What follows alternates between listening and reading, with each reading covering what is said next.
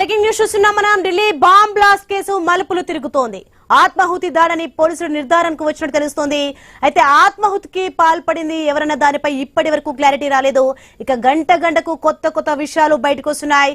ఆ breaking results మనం చూస్తున్నాం. అటు భూటాన్ పర్యటనలో ఉన్న ప్రధాని మోదీ టెర్రరిస్టులకు గట్టి వార్నింగ్ ఇచ్చారు.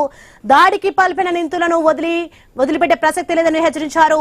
పోలీసులు అన్ని కోణాల్లో దర్యాప్తును ముమ్మరం చేశారని చెప్పుకొచ్చారు. ఇక మృతుల సంఖ్య కూడా పెరిగింది. పలు ఆసుపత్రుల్లో చికిత్స పొందుతున్న వారిలో మరో 3 చనిపోయారు. దీంతో మృతుల సంఖ్య 12కి చేరుకుంది.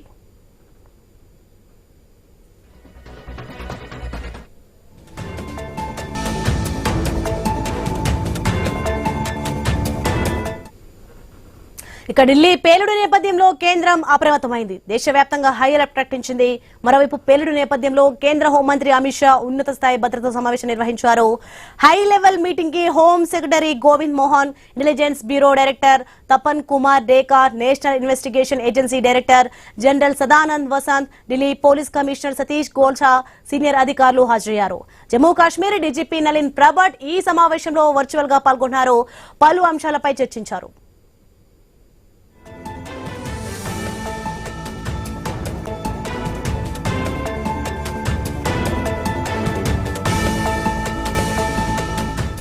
అటు పోలీసులు కూడా సీరియస్ గా తీసుకున్న పోలీసులు అన్ని కోణాల్లో క్లూస్ లాగుతున్నారు.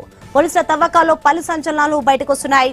దేశాన్ని ఉలిక్కిపాటుకు గురి చేసిన ఘటనలో కొత్త లింకులు వెలుగు చూస్తున్నాయి. ఢిల్లీ బ్లాస్ట్ కు జమ్మూ కాశ్మీర్ లోని ఫరీదాబాద్ కు లింకులు ఉన్నట్లు పోలీసులు అనుమానిస్తున్నాయి.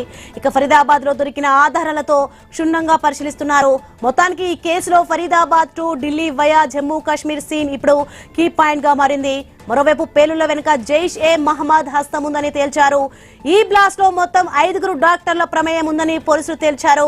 ఇక కొత్తగా డాక్టర్ పర్వేద్ అన్సారీ ఇంటిపై యూపీఏ అమర్చినట్టు తెలుస్తోంది. అటు తర్వాత కారును స్వయంగా నడుపుకుంటూ ఢిల్లీకి వచ్చాడు ఉమర్. కారును డ్రైవ్ చేస్తున్న సమయంలో ఉమర్ నల్లటి మాస్క్ పెట్టుకుని డ్రైవింగ్ చేసినట్టు సీసీటీవీ విజువల్స్ లో కనిపిస్తోంది. ఆ తర్వాత కొన్ని గంటల్లోనే ఢిల్లీలో బ్లాస్ట్ జరిగింది. అయితే పేలుడు జరిగిన ప్రాంతంలో ఉమర్ ఆనవాళ్లు లభించకపోవడంతో కొత్త ట్విస్ట్ ఏర్పడింది. ఇంతకు ఉమర్ కారులోనే ఉన్నాడా, ఉంటే తానే ఆత్మాహుతికి పాల్పడ్డా, లేక కారు దిగి రిమోట్ తో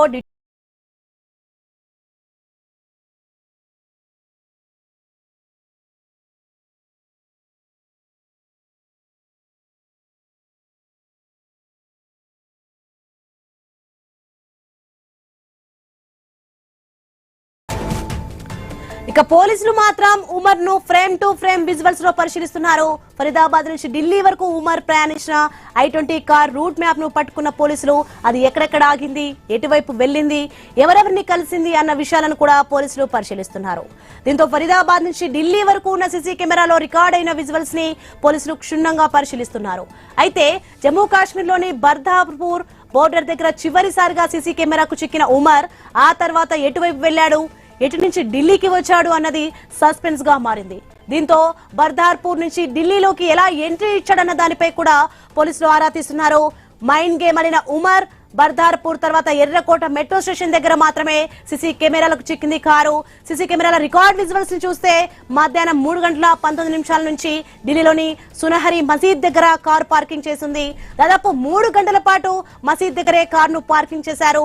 అటు తర్వాత సాయంత్రం 6:48 మసీద్ దగ్గర నుంచి ఇక కేసులో ఒక్కొక్కటిగా పలు సంచలనాలు బయటకు వస్తున్న ఈ టైంలో పోలీసులు చాకచక్యంగా వ్యవహరిస్తున్నారు.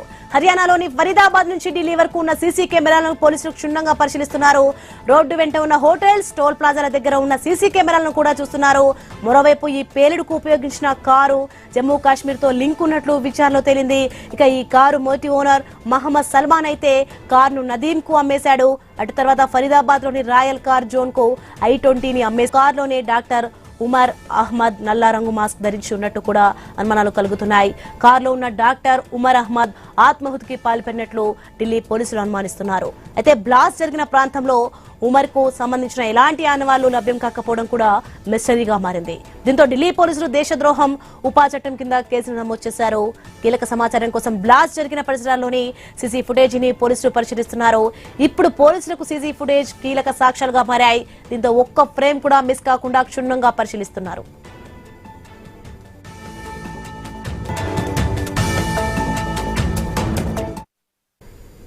ఇక విచారణలో భాగంగా ఉమర్ ఫ్యామిలీని మొత్తం పోలీసులు జమ్మూ కాశ్మీర్ లో అదుపులోకి తీసుకున్నారు. ఇక కీలక సమాచారం కోసం పేలుడుకు ఉపయోగించిన పదార్థాలపై దర్యాప్తు సంస్థలు ఫోకస్ పెట్టాయి.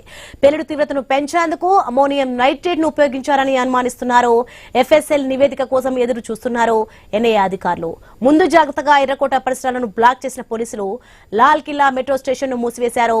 ఎర్రకోటలోకి సందర్శకులను వెళ్లకుండా బంద్ చేశారు. రాబోయే 3 రోజుల పాటు విజిటర్స్ కు ఎర్రకోట బంద్ ఉంటుందని అధికారులు చెప్పారు. ఆర్కియాలజీ సర్వే ఆఫ్ ఇండియా అధికారిక ప్రకటన చేసింది. కారు బాంబు పేలుడు జరిగిన ప్రదేశంలో ప్రస్తుతం ఫోరెన్సిక్ ఇన్వెస్టిగేషన్ జరుగుతుంది. అయితే ప్రజలు భారీ స్థాయిలో గుమికూడే అవకాశం ఉన్న నేపథ్యంలో ఎర్రకోటను బంద్ చేస్తున్నట్లు ఏఎస్ఐ ప్రకటించింది.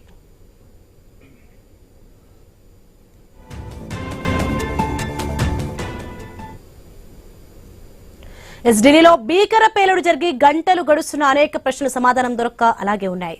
పేలుడుకు ముందు కీలకమైన 3 గంటల చుట్టూ ప్రస్తుతం విచారణ సాగుతోంది. ఆ 3 గంటలు ఏం జరిగిందన్నదే ప్రశ్న.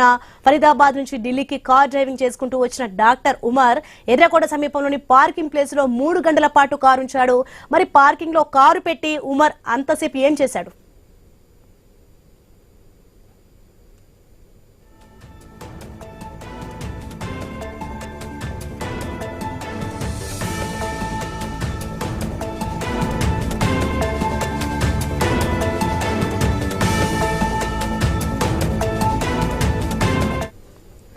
ఇక ఫరీదాబాద్ నుంచి బదర్పూర్ బోర్డర్ వరకు కారులో వచ్చిన ఉమర్ అక్కడ నుంచి నేరుగా ఎర్రకోట పార్కింగ్ ప్లేస్ కు చేరుకున్నాడు.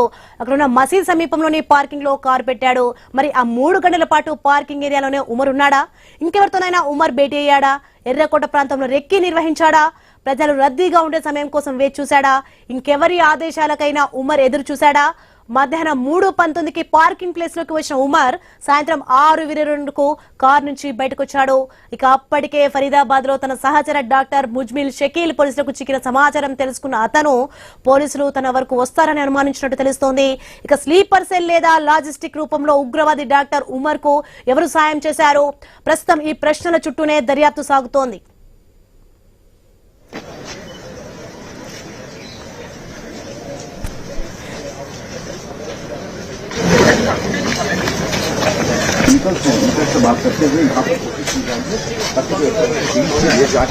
బ్రేకింగ్ న్యూస్ మనం ఢిల్లీ బాంబ్ బ్లాస్ట్ కేసు మలుపులు తిరుగుతోంది. ఆత్మాహుతి దాడిని పోలీసులు నిర్ధారణకు వచ్చినట్టు తెలుస్తోంది. ఇక అయితే ఆత్మాహుతికి పాల్పడింది ఎవరన్న దానిపై ఇప్పటి వరకు క్లారిటీ రాలేదు. ఇక గంటకు కొత్త విషయాలు బయటకు వస్తున్నాయి. అటు భూటాన్ పర్యటనలో ఉన్న ప్రధాని మోదీ టెర్రరిస్టులకు గట్టి వార్నింగ్ ఇచ్చారు. దాడికి పాల్పడిన నిందితులను వదిలిపెట్టే ప్రసక్తే లేదని హెచ్చరించారు. పోలీసులు అన్ని కోణాల్లో దర్యాప్తును ముమ్మరం చేశారని చెప్పుకొచ్చారు. మృతుల సంఖ్య కూడా పెరిగింది. ఇక పలు ఆసుపత్రుల్లో చికిత్స పొందుతున్న వారిలో మరో 3 చనిపోయారు. దీంతో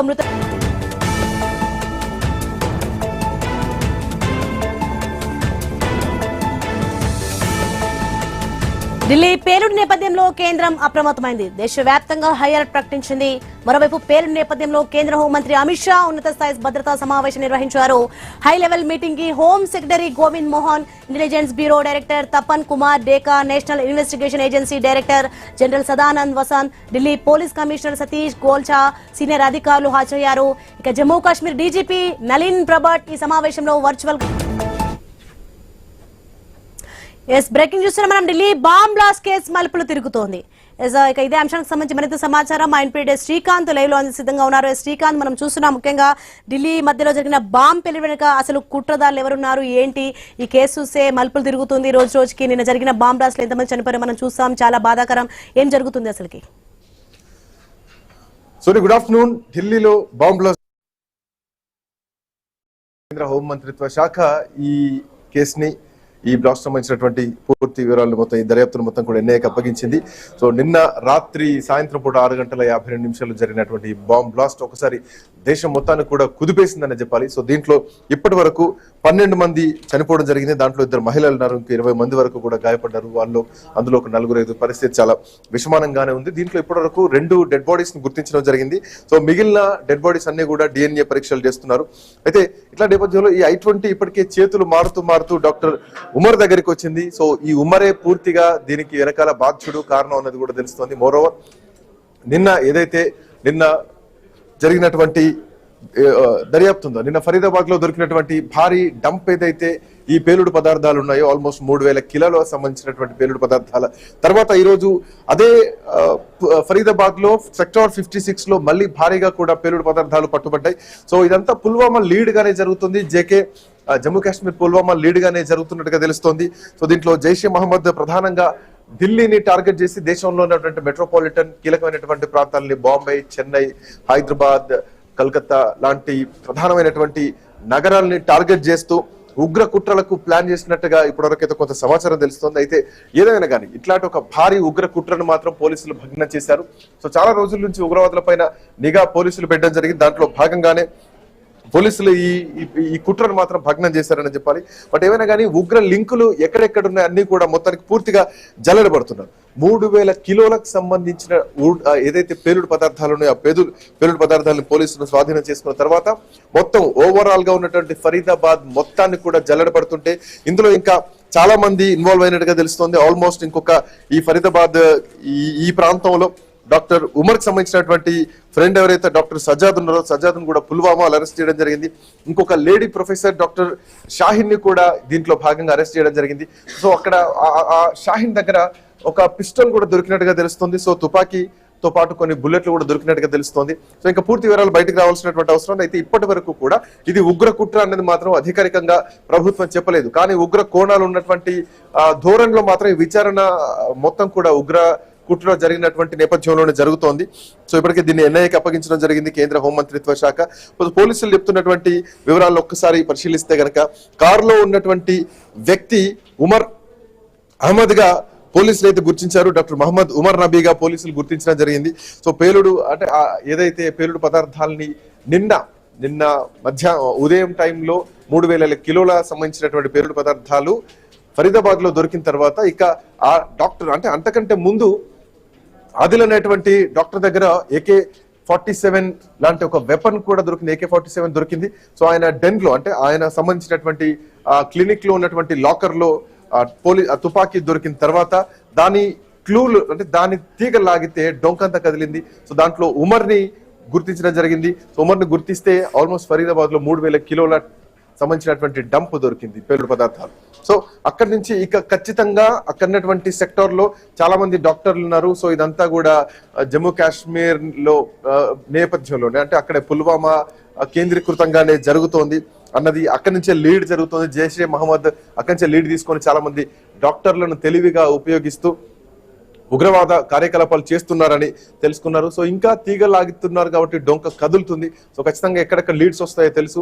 సో ఇందులో భాగంగానే ఎట్లాగూ దొరుకుతా ఉన్నటువంటి నేపథ్యంలోనే ఈ డాక్టర్ ఉమర్ కారులో నిన్న ఎర్రకోట దగ్గర మధ్యాహ్నం 3 గంటల ప్రాంతంలో అక్కడ పార్క్ చేయడం జరిగింది.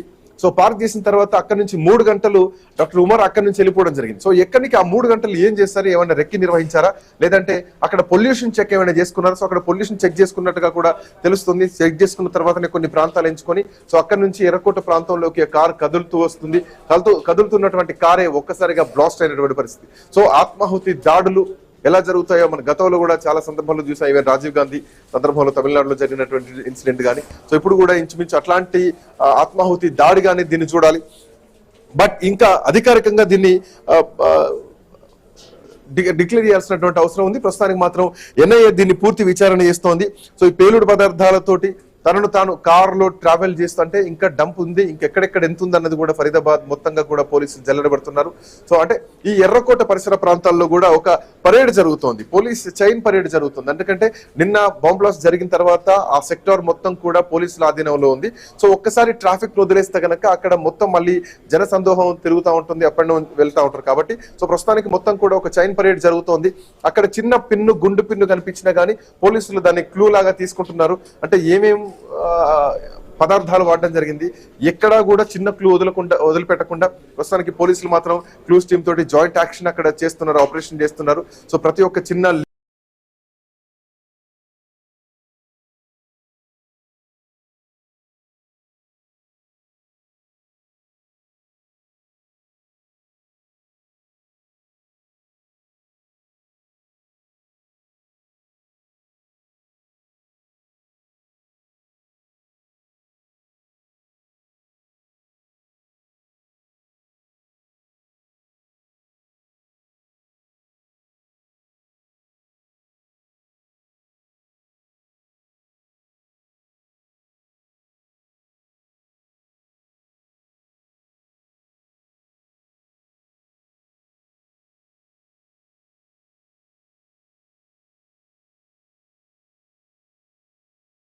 వీడిని కూడా వదిలేకుండా ఎక్కడ ఒక పాల్పడ్డటువంటి వ్యక్తి ఆ కారులో విజువల్స్ లో మనకు కనిపిస్తున్నటువంటి వ్యక్తి ఉన్నారు. ఆ ఉమర్ తండ్రిని కూడా పోలీసులు అదుపులోకి తీసుకున్నారు. సో డాక్టర్ ఉమర్ తండ్రిని జమ్మూ కాశ్మీర్ లో ఉన్నటువంటి పుల్వామాలో పోలీసులు అదుపులోకి తీసుకున్నారు. ఆయన కూడా విచారిస్తున్నారు. ఉమర్ నేపథ్యం ఏంటి, ఉమర్ బ్యాక్గ్రౌండ్ ఏంటి అన్నది కూడా పోలీసులు ప్రస్తుతానికైతే ఇన్ఫర్మేషన్ తీసుకునేటువంటి ప్రయత్నం చేస్తున్నారు. సో ఇంకా ఉమర్ తో చదువుకున్నటువంటి ఎవరైతే ఉన్నారో, ఉమర్ తో ఉన్నటువంటి కొంతమంది ప్రొఫెసర్స్ ఎవరైతే ఉన్నారో, అల్ ఫలాహ్ యూనివర్సిటీకి చెందినటువంటి ఇంకొక ముగ్గురిని కూడా పోలీసులు అదుపులోకి తీసుకున్నారు. దాంట్లో ప్రొఫెసర్ షాహీన్ ని కూడా తీసుకున్నారు. షాహీన్ దగ్గర కూడా కొన్ని పేలుడు పదార్థాలు లేదంటే కొన్ని తుపాకులు కూడా దొరికినట్టుగా ప్రస్తుతానికైతే కొంత సమాచారం అందుతోంది. బట్ ఏదేమైనా కానీ ఇంకా దీనికి సంబంధించి ఎన్ఐఏ ప్రెస్ మీట్ పెట్టి అనౌన్స్ చేసేంత వరకు కూడా చెప్పేటువంటి పరిస్థితులు. బట్ ఏదైనా దేశానికి తెలియాల్సినటువంటి పూర్తి విషయాలు మాత్రం ఎప్పటికప్పుడు తెలుస్తూనే ఉంది. ఇక దీంట్లో మరీ ముఖ్యంగా సాధారణమైనటువంటి ప్రజలు కూడా చనిపోయారు సోని. సో మరీ ముఖ్యంగా నిన్న బీహార్కి చెందినటువంటి ఒక యంగ్స్టర్, ఒక యువకుడు కూడా దీంట్లో చనిపోయారు. సో ఆ యువకుడు పంకజ్ సాహ్నితో పాటు సమస్తీపూర్ చెందినటువంటి వ్యక్తి బీహార్ లో. సో 22 ఏళ్ల యువకుడు, ఆ యువకుడు కూడా దీంట్లో ప్రాణాలు కోల్పోయారు. సో వాళ్ళ రిలేటివ్స్ ని అక్కడ క్యాబ్ లో దింపడానికి వెళ్తున్నటువంటి క్రమంలో ఆ పక్కనే ఆ కార్ పేలడం జరిగింది. సో పేలినటువంటి క్రమంలోనే అక్కడ కొంతమంది ఆ యువకుడు చనిపోయారు. ఇంకా కొంతమంది సాధారణ వ్యక్తులు కూడా చనిపోయారు. అయితే ఇప్పటివరకు కేవలం 2 డెడ్ బాడీస్ మాత్రమే గుర్తించడం జరిగింది. ఇంకా మిగతా డెడ్ బాడీస్ ని గుర్తించాలి. దాంట్లో ఉమర్ డెడ్ బాడీ ఏంటి అంటే, ఉమర్ తండ్రిని అదుపులోకి తీసుకున్నారు కాబట్టి DNA తోటి మ్యాచ్ చేసి ఉమర్ డెడ్ బాడీని కూడా గుర్తించేటువంటి అవకాశం ఉంది. ఉమర్ వెనకాల ఎవరెవరు ఉన్నారు అన్నది కూడా పూర్తిగా తెలియాల్సినటువంటి అవసరం ఉంది. ప్రస్తుతానికి మాత్రం పోలీసుల సర్చ్ ఆపరేషన్ కొనసాగుతోంది. ఎర్రకోట మొత్తం కూడా పూర్తిగా అష్టదిగ్బంధనం జరిగింది. సో అటు చాందినీ చౌక్ మొత్తం కూడా జల్లెడబడుతున్నారు పోలీసులు. ఎక్కడ ఒక్క అనుమానం కూడా రాకుండా పూర్తిగా ప్రతి ఒక్క క్లూని కూడా, అనుమానం వచ్చిన ప్రతి క్లూని కూడా, అంటే నడుచుకుంటూ వెళ్తే ఏదైనా కంటికి కొంచెం అనుమానాస్పదంగా కనిపించిన ఒక క్లూ లాంటి కనిపించిన చిన్న పిన్నీస్ లాంటి ఏం కనిపించినా కానీ పోలీసులు దాన్ని తీసుకుంటా ఉంటారు. సో తీసుకొని వాళ్ళకి సంబంధించినటువంటి క్లూస్ బ్యాగ్ లో వేస్తూ ఉంటారు. సో ప్రస్తుతానికి మాత్రం చాందినీ చౌక్ మొత్తం కూడా అట్లాంటి పరిస్థితి ఉంది. ఎక్కడికక్కడ పోలీసులు జల్లెడబడుతున్నారు. ఈ కేసును పూర్తిగా ఎన్ఐఏకి హ్యాండ్ ఓవర్ చేసింది కేంద్ర హోంమంత్రిత్వ శాఖ. ఇక ఎన్ఐఏ దీన్ని పూర్తిగా విచారణ చేపట్టబోతోంది. దీని వెనకాల ఏం జరిగింది, ఎక్కడెక్కడ కుట్రలకు తెరదీశారు. సో ఆ కుట్రలకు తెరదీసినటువంటి పరిస్థితులు అంటే నిన్న ఉమర్ ని అదుపులోకి తీసుకున్న తర్వాత, సో ఫరీదాబాద్ లో నిన్న డాక్టర్ అదుపులోకి తీసుకున్న తర్వాత సో ఏమేమి ఉన్నాయి, ఇంకెక్కడెక్కడ ప్లాన్ చేశారు అన్నది కూడా పూర్తిగా రావాలి. జైషే మహమ్మద్ సంబంధించినటువంటి ఏం ఉగ్రవాద కార్యకలాపాలు జరిగినాయి, ఎవరు ఎక్కడెక్కడి నుంచి దీన్ని లీడ్ చేస్తున్నారు అన్నటువంటి పూర్తి ఇన్ఫర్మేషన్ కూడా ఎన్ఐఏ ప్రస్తుతానికి సమాచారం సేకరించేటువంటి పనిలో ఉంది. ప్రస్తుతానికి ఇన్వెస్టిగేషన్ ఎన్ఐఏ చేస్తుంది. సోని, శ్రీనాథ్, మరీ ముఖ్యంగా చూసుకుంటే బాంబు తయారీకి ఉపయోగించిన పదార్థాలు అంటే ఎక్కడి నుంచి తెచ్చారు, ఏంటి, ఏమైనా సమాచారం ఉందా? అలాగే అరెస్ట్ అయిన నిందితుల్లో ఎవరి పాత్ర ప్రధానంగా ఉందని పోలీసులు చెప్తున్నారు. అంటే దీంట్లో ఖచ్చితంగా ఇది ఇంకా దీనికి సంబంధించి ఏ ఇన్ఫర్మేషన్ అఫీషియల్ గా బయటికి విడుదల చేయకపోయినా కానీ సో ఉగ్ర కుట్ర ఉంది, ఉగ్రవాద కోణంలో మాత్రమే ఈ విచారణ ఫ్రమ్ ది బిగినింగ్ ఎపిసోడ్ చూస్తే నిన్న మార్నింగ్ 3000 కిలోలకు సంబంధించినటువంటి పేలుడు పదార్థాలు ఫరీదాబాద్ లో దొరికిన తర్వాత డాక్టర్ ఇంట్లో, అంతకుముందు ఆదిల్ అనే డాక్టర్ ఇంట్లో తుపాకీ దొరికిన తర్వాత ఇవన్నీ కూడా ఒక్కొక్కటి అన్ని డాట్స్ అన్ని కలుపుతూ వెళ్తే ఖచ్చితంగా ఉగ్ర కుట్రలని దీంట్లో ఉగ్రవాదుల హస్తం ఉందని చెప్పడంలో కొంత అనుమానాలు కలుగుతున్నాయి. అఫ్ కోర్స్ కామన్ మ్యాన్ ఎవరైనా కానీ ఇది ఉగ్రవాదుల కుట్రగా చెప్పొచ్చు. కానీ ఒక అఫీషియల్ ఖచ్చితంగా స్టేట్మెంట్ ఉండాలి. ఒక దేశం సంబంధించినటువంటి విషయం కాబట్టి, దేశ రాజధానిలో జరిగినటువంటి విషయం కాబట్టి ఖచ్చితంగా అంటే ఎర్రకోట పరిసర ప్రాంతాల్లో గతంలో కూడా ఇట్లాంటి అటాక్స్ జరిగాయి, ఇట్లాంటి బ్లాక్స్ జరిగినాయి. సో బట్ ఇట్లాంటి ఒక భారీ సెక్యూరిటీ ఉండేటువంటి దేశ రాజధానిలోనే ఇట్లాంటి బ్లాక్ జరిగిందంటే ఖచ్చితంగా దీనికి సంబంధించినటువంటి పూర్తి ఆధారాలు సేకరించిన తర్వాతనే ప్రభుత్వాలు మాట్లాడతాయి. సో ప్రస్తుతానికి కూడా అదే విధంగా వెళ్తున్నారు. ఒక డాక్టర్ దగ్గర గన్నులు ఉండాల్సినటువంటి అవసరం ఏంటి, ప్రాణాలు కాపాడేయాల్సినటువంటి డాక్టర్ల దగ్గర తుపాకులు ఎందుకుంటాయి అన్న కోణంలో దర్యాప్తు మొదలు పెడితే ఇది దేశం మొత్తం కూడా ఏదో ఉగ్ర కుట్రలకు పాల్పడ్డారన్నది మాత్రం ఖచ్చితంగా అర్థమవుతోంది. సో గతంలో కూడా ఉగ్రవాదులు ఎలాంటి వార్నింగ్లు ఇచ్చారో మనకు తెలుసు. కాశ్మీర్ నుంచి చాలా భారత్ కు గట్టి వార్నింగ్లు ఇచ్చారు, ఈవెన్ మోడీకి కూడా వార్నింగ్లు ఇచ్చడం జరిగింది. సో ఆపరేషన్ సింధూర్ కి ఒకవేళ ప్రతీకార చర్యగా దీన్ని భావిస్తే గనక ఖచ్చితంగా దీనికి సంబంధించి భారత్ కూడా మళ్ళీ తిప్పి కొడుతుందని చెప్పడంలో ఎట్లాంటి సందేహం లేదు. మోర్ ఓవర్ ఏంటంటే పాకిస్తాన్ లో ఉన్నటువంటి భూభాగంలో ఉన్న ఉగ్ర స్థావరాల్ని భారత్ కూల్చేస్తే, వాటిని ధ్వంసం చేస్తే ఆ ఉగ్ర స్థావరాల్ని మళ్ళీ రీకన్స్ట్రక్ట్ చేయడానికి పాకిస్తాన్ ఆర్మీ, పాకిస్తాన్ గవర్నమెంటే సపోర్ట్ చేసింది ఆర్థిక పరంగా అంటూ ఉగ్రవాదులే స్టేట్మెంట్ ఇచ్చినటువంటి పరిస్థితి. సో ఇట్లాంటి నేపథ్యంలో ఇక ఉగ్రవాదులు ఖచ్చితంగా భారత్ మీద దాడులు చేస్తారని గతం నుంచి భారత్ కూడా ఇంటెలిజెన్స్ వ్యవస్థ చాలా సందర్భాల్లో చెప్పడం జరిగింది. ఈవెన్ రక్షణ శాఖ మంత్రి రాజ్నాథ్ సింగ్ కానీ, లేదంటే త్రివిధ దళాలకు సంబంధించినటువంటి నేవీ కానీ, ఎయిర్ ఫోర్స్ కానీ, ఆర్మీ అధికారులు కూడా గతంలో చెప్పడం జరిగింది, పాకిస్తాన్ ఇట్లాంటి కవ్వింపు చర్యలు దిగితే ఖచ్చితంగా మళ్ళీ ఆపరేషన్ సింధు 2.0 మళ్ళీ మొదలు పెడతా ఉంటూ కూడా గతంలో చెప్పడం జరిగింది. బట్ ఇప్పుడు జరిగినటువంటి ఈ అంశాన్ని కూడా భారత్ చాలా సీరియస్ గా తీసుకుంది. ఈవెన్ ప్రధానమంత్రి మోడీ కూడా భూటాన్ పర్యటనలో ఉన్నటువంటి ప్రధాని మోడీ కూడా దీనిపైన రెస్పాండ్ అయ్యారు. ఎట్టి పరిస్థితుల్లో ఈ దోషుల్ని వదిలిపెట్టే లేదంటూ కూడా 2 రోజుల భూటాన్ పర్యటనలో ఉన్నటువంటి మోడీ మాట్లాడడం జరిగింది. అయితే మోడీ పర్యటన రద్దు అవుతుందేమో అని అందరూ అనుకున్నారు, ఎందుకంటే ఢిల్లీలో ఉగ్రవాద దాడులు జరిగినటువంటి నేపథ్యంలో. బట్ ఆల్రెడీ షెడ్యూల్డ్ ప్రోగ్రామ్ కాబట్టి ఢిల్లీలో పేలుళ్లు జరిగిన నేపథ్యంలో భూటాన్ పర్యటనలో ఉన్నటువంటి ప్రధానమంత్రి మోడీ రెస్పాండ్ అయ్యారు. ఎట్టి పరిస్థితుల్లో వదిలేది లేదు, ఉగ్రవాదులైనా కానీ దీనికి సంబంధించినటువంటి దోషులను కూడా ఎవరినూ వదిలేది లేదు, ఖచ్చితంగా బాధితులందరికీ కూడా దేశం అండగా ఉంటుందంటూ కూడా ఇప్పటికే ప్రధానమంత్రి మోడీ దీనిపైన రెస్పాండ్ కావడం జరిగింది. బట్ ఏవైనా కానీ ఈ లింకులు మొత్తం కూడా బయటపడుతున్నాయి. సో ఈ పుల్వామా డాక్టర్ కు సంబంధించినటువంటి ఒమర్ తండ్రిని పోలీసులు అదుపులోకి తీసుకున్నారు. ఈవెన్ వాళ్ళ తల్లిని తో పాటు వాళ్ళ సోదరిని కూడా పోలీసులు అదుపులోకి తీసుకున్నారు. ప్రస్తుతానికి వాళ్ళని కూడా ప్రశ్నిస్తున్నారు. సో ఉమర్ మృతదేహాన్ని గుర్తించడానికి వీళ్ళకి సంబంధించినటువంటి బ్లడ్ శాంపిల్స్ తోటి DNA పరీక్షలు కూడా చేయడానికి ఎన్ఐఏ ముందుకు వస్తుంది. సో ఏదైనా కానీ ఉమర్ డెడ్ బాడీ కనుక దొరికితే దీని వెనకాల ఉగ్రవాద కుట్ర ఉంది అని చెప్పేసి ఖచ్చితంగా భారత్ ప్రభుత్వం డిక్లేర్ చేసేటువంటి అవకాశం అయితే ఉంది. Okay right, thanks for the information Srikanth.